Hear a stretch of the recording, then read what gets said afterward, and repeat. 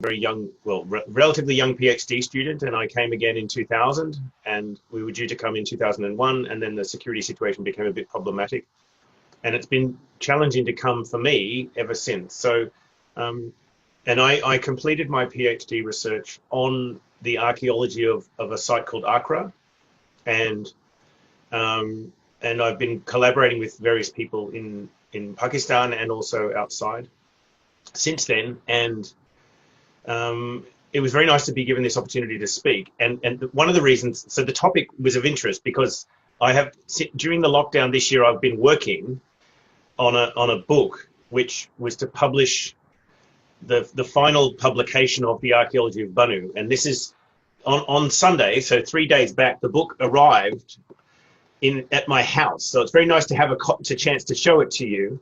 I'll show you images from the book. I'm not going to talk in detail about the book in a sense, because I think it would make everybody fall asleep. But I will give you the basic themes and the overview of the archaeology of Bannu.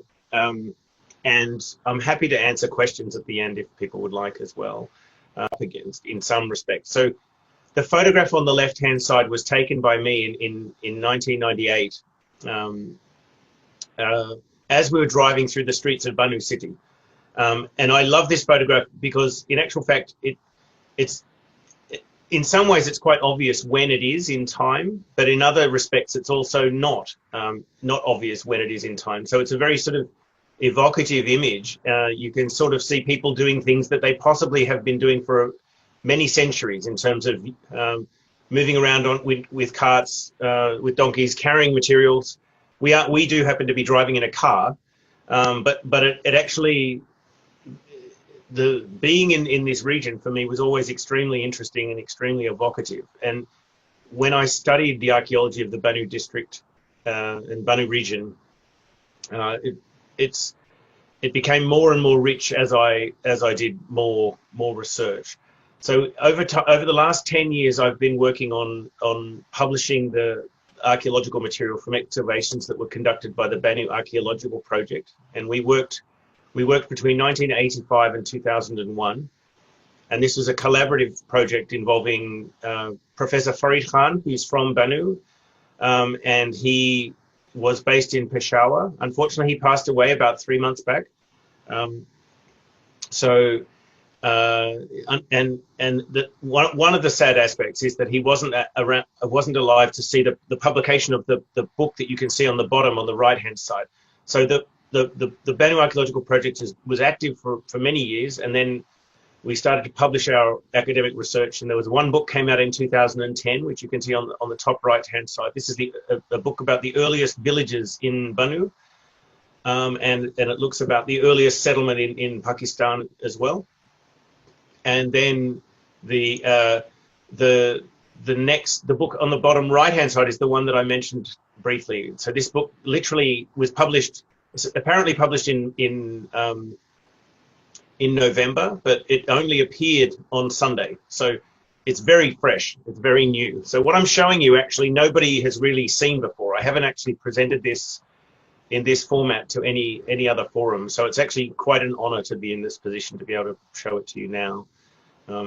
So what I plan to do is to talk a little bit about the complete archaeological history, but not in too much detail, but hopefully I can provide you with enough hints, and you can ask me questions if there's anything that you'd like me to expand on. So in some ways it's not in a highland area, but it has mountain ranges around it. So it's a very specific geographical basin. So it's different to many of the other areas around it. And that's actually quite important throughout its history. So what we know about the archaeology of this region is actually largely thanks to the work of Professor Farid Khan, he started conducting the first archaeological surveys in the 1960s. And he was chiefly responsible for bringing or collaborating with Dr. Raymond Allchin, who is a British archaeologist based in Cambridge. And so you can see here, this is Professor Farid Khan here, and Dr. Raymond Allchin is next to him. And this is a team. So this is Robert Knox, who I mentioned, who has worked for a long time at the British Museum. He was put in disguise at this point. And these are other people. This is a Professor Ihsan Ali, who's has been based in universities in Peshawar and Hazara.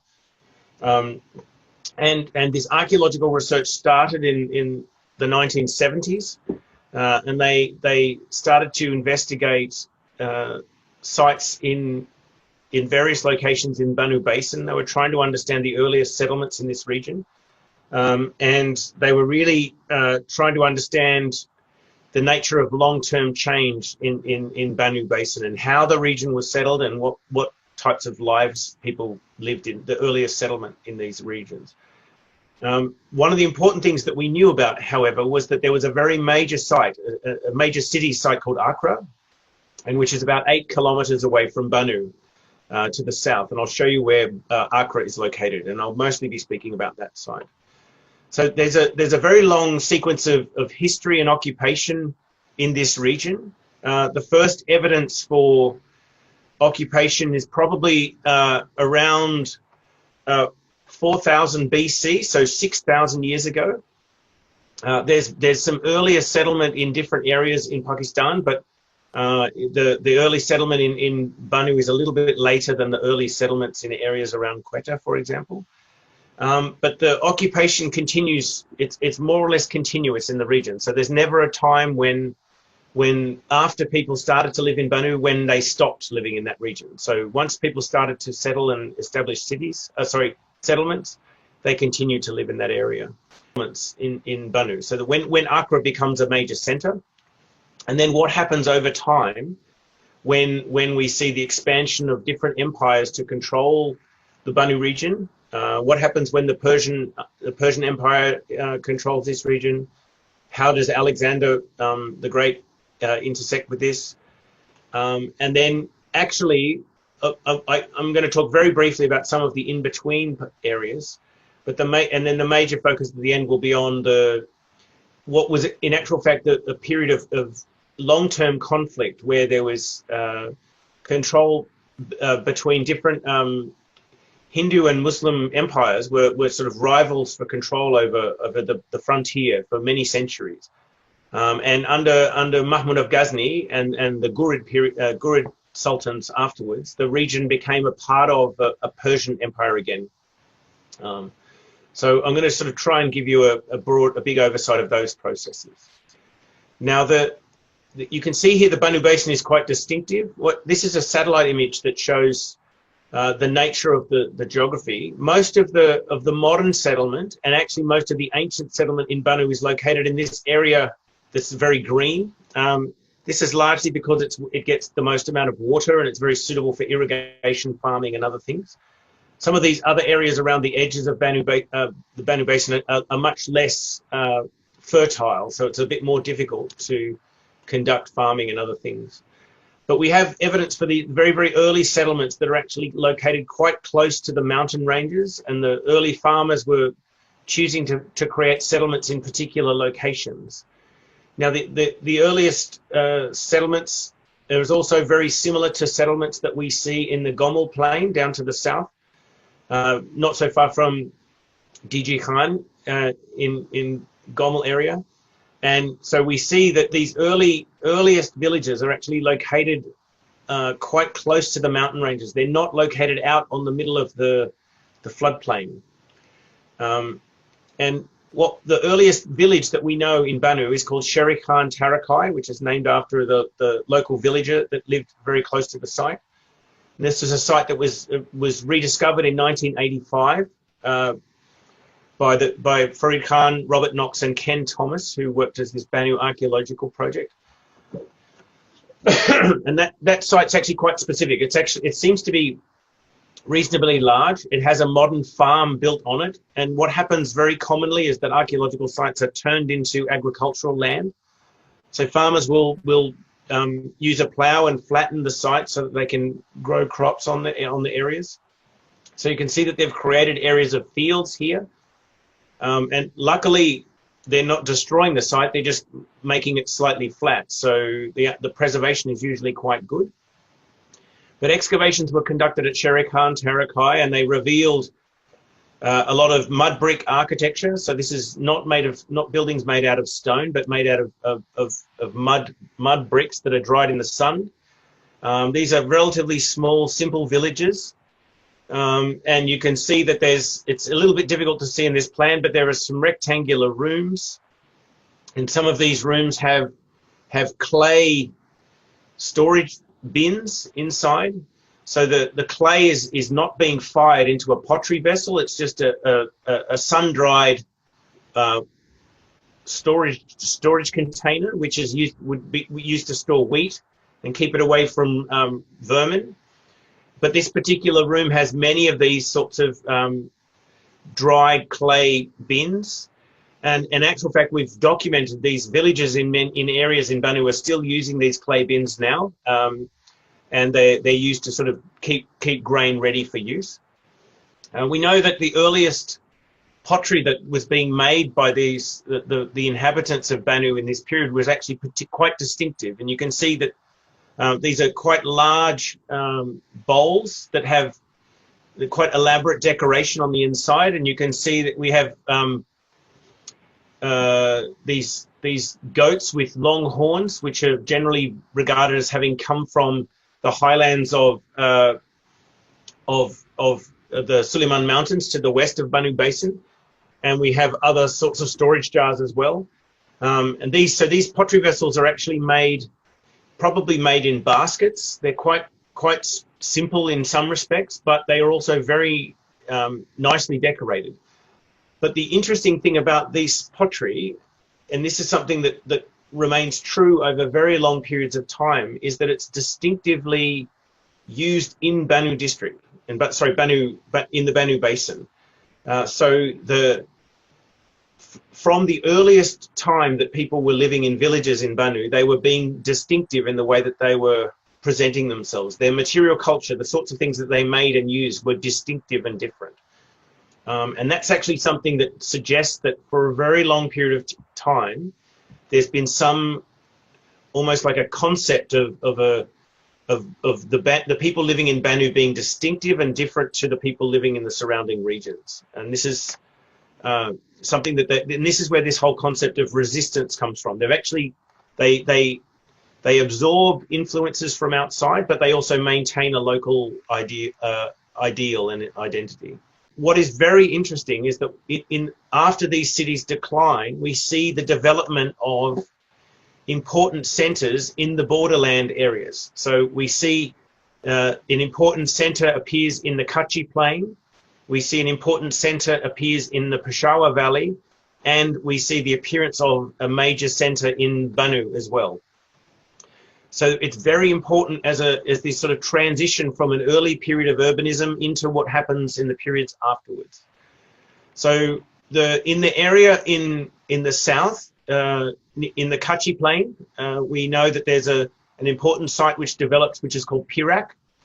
Now, Perak it's not a very large site. It's 9 hectares, which is actually less than 1 kilometer by 1 kilometer in size. It's probably 300 meters by 300 meters. So it's not a massive settlement, but it appears to have been occupied for about 1,000 years. And so in Bannu, we have something broadly similar. And in some ways, it's not a surprise. So what we see, this is the site called AKRA. This is a major urban settlement. It's very large. You can see what remains of it on the left-hand side at the bottom. And in the 19th century, this was visited many times by administrators and travelers, and they collected material from the surface. So what you can see on the top left-hand side is some examples of small seals.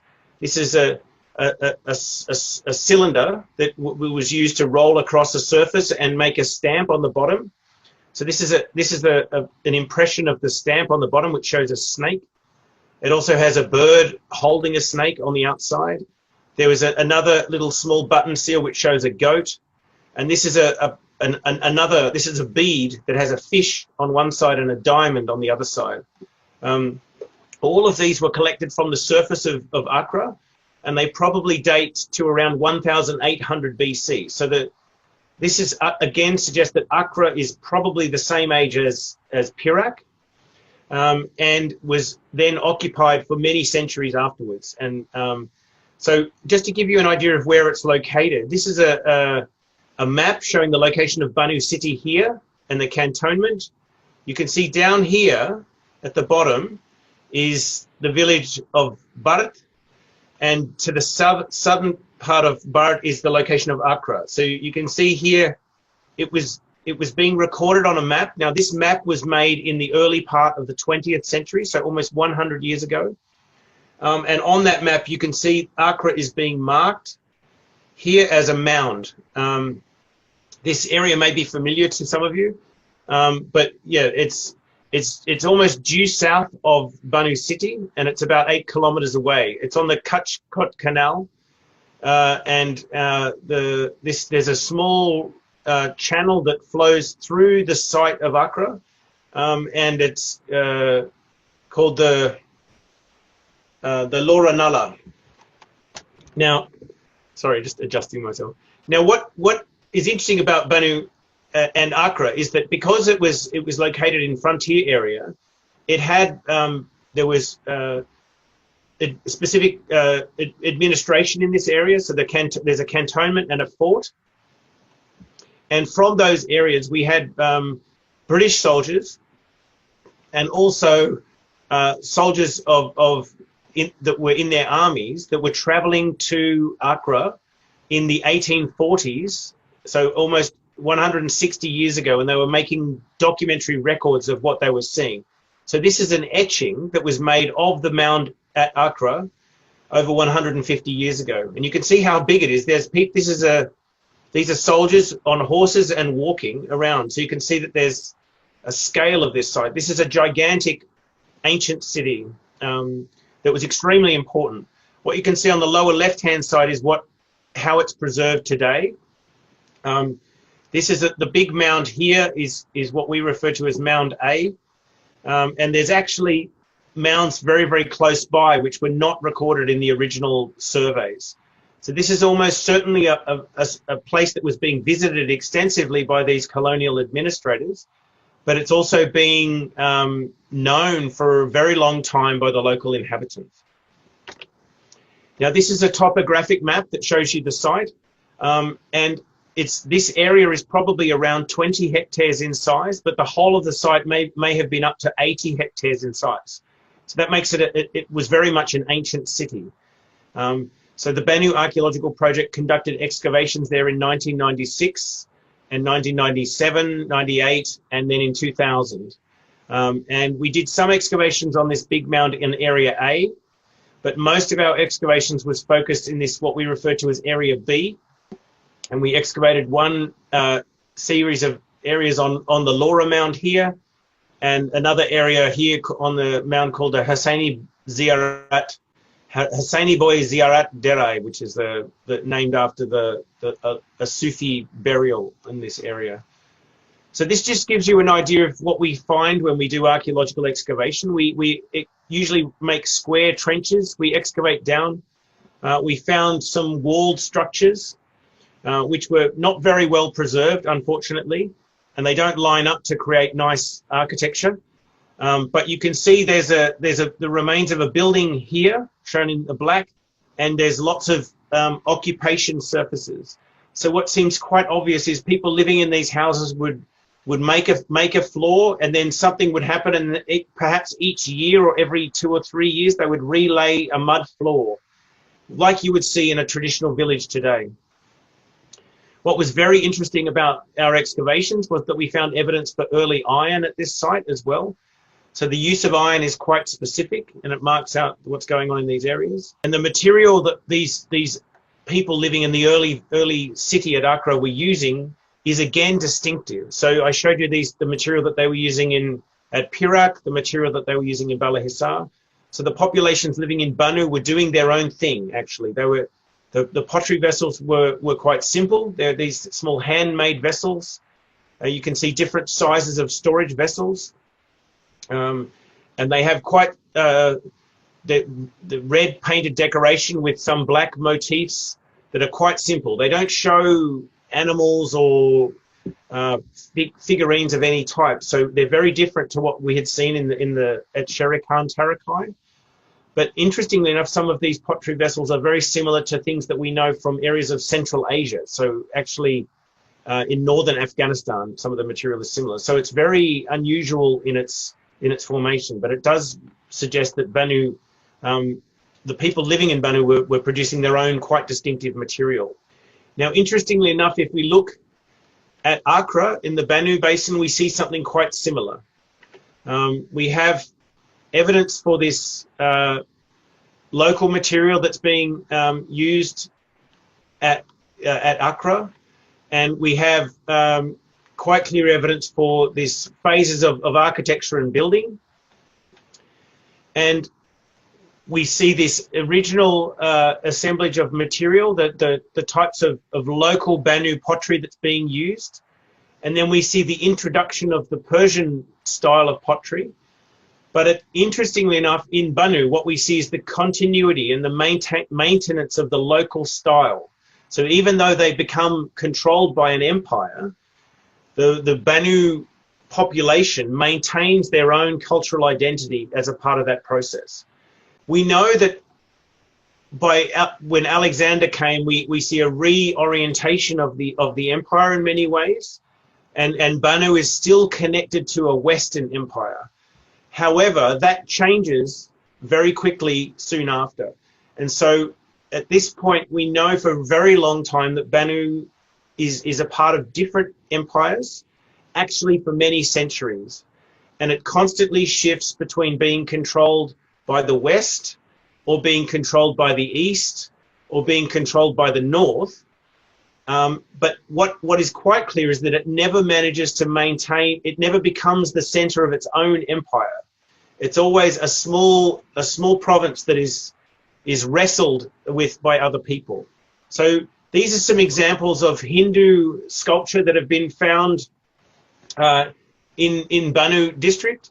This is an Ekamukha Linga from which is a sculpture related to Shiva, and this is a sculpture related to Vishnu, which shows a Vishnu that's made to look like a boar.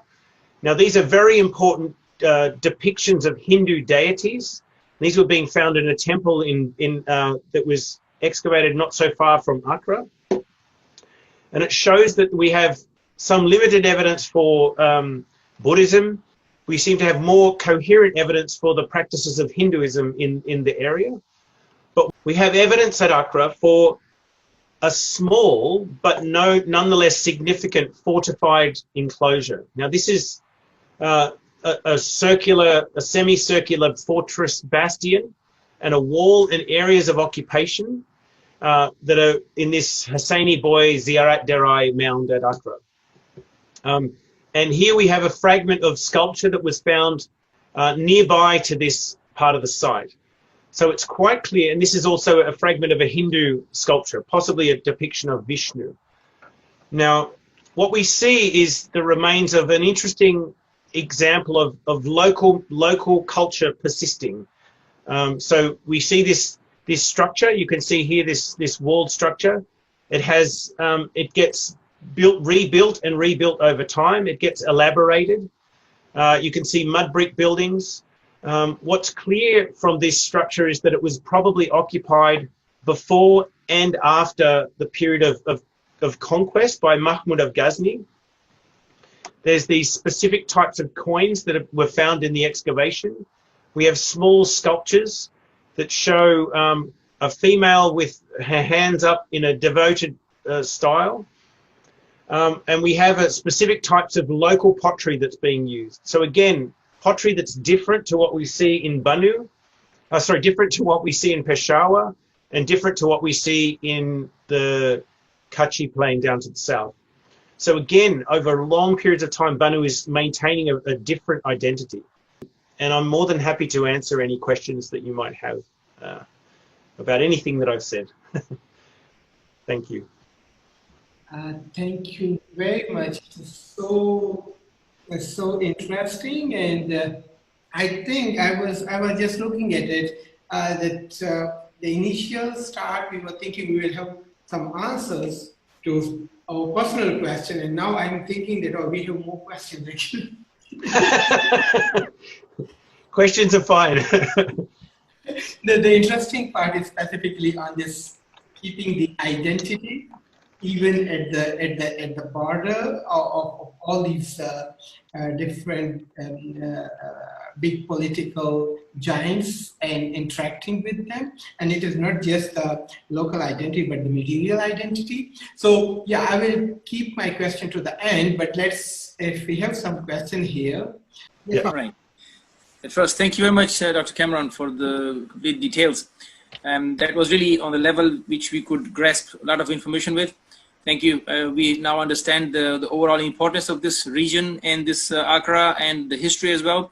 We will read more about this after having these books in hand. And of course, the question here is for general purpose, because this location of these areas is very important, the cultural understanding of this area. And when people living around must actually retain or to keep these areas safe from destruction, further destruction. Do you think this was all the excavation possible in this area, that there is no more findings possible, or do you think there is any future excavation possible for this area? I think this is, so you could do archaeological research in Bannu for a very long time and find many more things. One of the things about AKRA that we were very aware of, I mean, I didn't really emphasize, but the site, when that drawing was done in the 1800s, AKRA was a massive site, 20 meters high. Now most of that has been destroyed. So the biggest problem, I mean, it has been difficult to I mean, I personally could not travel to Bannu now because of the security situation, but it would be easier for Pakistani archaeologists to do work there. But there is so much potential, and even the site of AKRA, I showed probably the evidence from the beginning and at the end, and there's everything in between, I think, is also there. So there would be so much work that could be done. Even though that's a rule, even here, it still happens where heritage buildings are destroyed, and buildings are constructed in areas that they shouldn't. So that happens all the time. And I think that's really where, and the only way it becomes avoidable is if the government and the authorities have power to stop these things. And I know in Pakistan there was an example at Taxila. There was a building project that happened right on top of the archaeological site, and they managed to stop that project. The archaeologists stopped the project, and that was very interesting. But even Taxila is a World Heritage Site that is constantly being threatened by building. So we have this. Yeah, it's really interesting. I think there's so much more that can be done. It's a very long answer to your question. I'm sorry. Yeah, yes. Assalamu alaikum, everyone. Thank you, Cameron. Really appreciate. Please accept our artist appreciation. Really thankful for the work. Today we understood like why we are different than the Indus Valley civilization. Like before that, literally I was not able to ascertain this. So our custom, most of the things, the way we do it is different. Questions. One is around the heritage that we have, and the scary comments which I just heard, like the people are ruining the heritage. So what we can do, like I saw in many of the places that the UN has taken control of such heritage ancient sites. So can we request UN, and how to reach to UN for such preservation of the heritage site? That's one part, and the second part is that we understood it's very ancient, but if we look at different ancient places and compare it with other places as well, question come in mind that why the ancient places do not progress. Like most of the ancient places remain as is for centuries, for thousands of years or more. why it's like this? Even if you look at the Greek sites as well, or the other sites as well, there's a tendency that the places like you just mentioned about the Bannu, they do not grow, they do not progress very well, and they are not at par with other cities or civilization, I would say. They progress very well. So what's the reason? Those are good questions, and so there's two quite different questions as well. So the one about how do we make a change? I think there's several ways that I think we as a population of people that are interested in this heritage, there's several things that we can do. One of them at the moment, we're trying to establish a project that increases awareness of heritage generally. So one aspect is actually just to literally to document the location of sites. So using methods to find out where these sites are so that at least they can be put on a map, and that map can be in the hands of the local administrators. So, I mean, I can make recommendations, but that's nothing useful. It needs to happen in Peshawar, basically, and Islamabad. And I think so now, I mean, one of the challenges for Pakistan, there was this decentralization that happened where a lot of the administration went from the federal control to the provinces. So Peshawar now has a lot of administrative control, and they actually have quite an energetic posted on Google Maps. So people go and visit a place and they take photographs and they put a tag on it. And I think this is where, as soon as this becomes important and people start to engage with the history, that's the way that we can change it. Okay, Cameron, we will get another person with us. You want to ask a question, Asif Mahmood. I'm going to unmute him. Thank you. I think we have Nurul Hada. She wants to ask a question. Yes.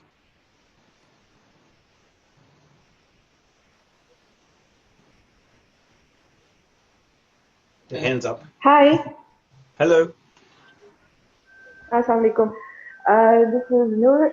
Firstly, I'll particularly appreciate all your efforts there. I mean, all the timeline-wise explanation that you gave us about the occupation and the way Bannu has stayed completely out of the limelight, but still remained its own thing is just really amazing. What I had as a question was because of the other person's question, and amazingly, now that it's come to light, is there some specific explanation as to why just the area called AKRA has been excavated? Is it because of the camp's, periphery, or is it because it was just something that caught their attention and the other places have not yet been checked on? Okay. I can give you a few areas. I can point out a few different areas which have historical remnants that have come out. These both can be excavated. Yeah, so that's a good question. I mean, I focused quite specifically on the work that we did at AKRA. So the Bannu project has been the only project. Bannu archaeological project was a small team, actually. Originally only 3 people, and then I was asked to join. So I'm actually Australian. I'm not English, and I was invited to join the project in 1998. And at that point, they'd excavated about 5 different locations. Unfortunately, I don't have a map that shows that, but they excavated a site called Sherikhan Tarakai, which is located in the western side of Bannu Basin. They also excavated some other sites. Most of the sites are named after the village. So there's a site called Islam Chowki, Tarakai Kila. These are located in different areas around. And the project, and Ter Khaled area is another site. And so they excavated a set of sites in different locations, and they were trying to understand the sequence of occupation. But what they were because they were only a small group, they weren't able to look at many sites. So Probably, I mean, I'm not quite sure what the answer is, because in a way, it is interesting that this book that has just been published has actually taken a long time to finish, because one of the things about archaeological work, it's very easy to dig a hole. What's very difficult is to write the analysis of what you find, and that takes a long period of time. Asif, Mahmood.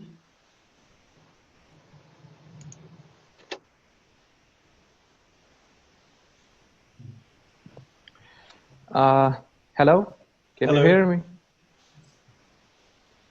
Yes. Yeah, please go ahead. Sir, first of all, I'm very thankful the way you squeezed the time for us, and it was a really good session with you, up to the mark, the way we were enthusiastic, and Great. it's a pleasure for us. The thing which most of the